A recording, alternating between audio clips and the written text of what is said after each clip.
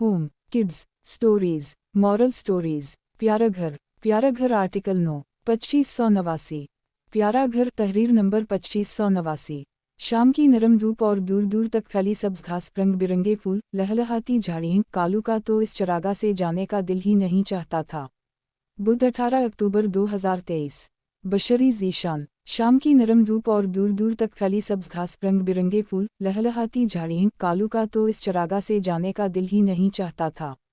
इसका दिल चाहता था कि हमेशा के लिए उसी चरागाह में रह जाए।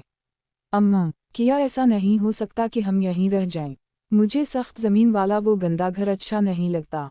यहाँ कितनी नरम घास है, सोने में कितना मज़ा आएगा। जब भी कालू इस चरागाह में आता, अपनी मन से वो यही जिद करता था। नहीं बेटा, घर जैसा भी हो हमारा मुहाफिज होता है। घर में हमारा मालिक हमारी हिफाजत करता है।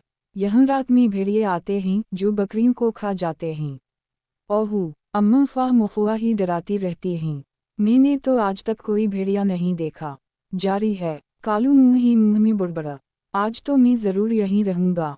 कालू ने दिल ही दिल में फैसला किया। इसके चेहरे पर एक शरीर मुस्कुराहट थी।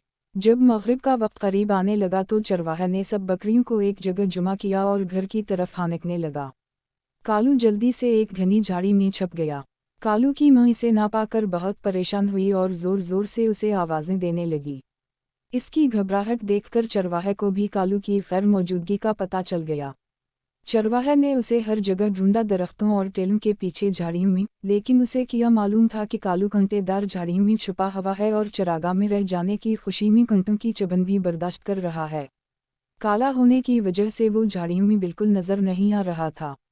चरवाहा कालू को ढूंढ ढूंढ कर थक गया और अब अंधेरा भी होने वाला था, इसलिए वो बकरियों को लेकर घर की तरफ चल दिया।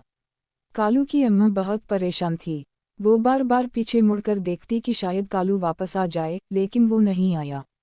सबके जाने के बाद कालजू झाड़ियों में से निकल आया। अब वो बहुत खुश था।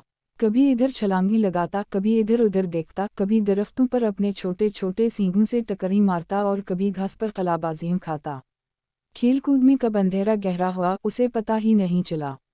उस वक्त उसे होश जब आया जब दूर से किसी भेड़िए की आवाज़ सुनाई दी। फिर युद्ध के बाद दीगर कई भेड़िए चलाने लगे। कालू ने सोचा कि उसे फौरन घर भाग जाना चाहिए, लेकिन अंधेरे में कुछ उसकी समझ में नहीं आया।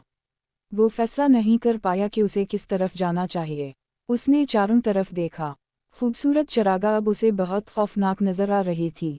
इसे ऐसा लगा जैसे झाड़ियों और बड़े बड़े दरख्तों के पीछे बहुत सारे भेड़िए छिपे हुए हैं, जो किसी भी वक्त निकल कर इस पर हमला कर देंगे और उसकी बोटी बोटी करके खा जाएंगे। कालू ने ज़ोर ज़ोर से चलाना शुरू कर दिया। कालू की अम्मा, जो कालू के इंतज़ार में अभी तक जाग रही थी, कालू की आवाज़ सुनकर ज़ोर ज़ोर से चलाने लगी। इसके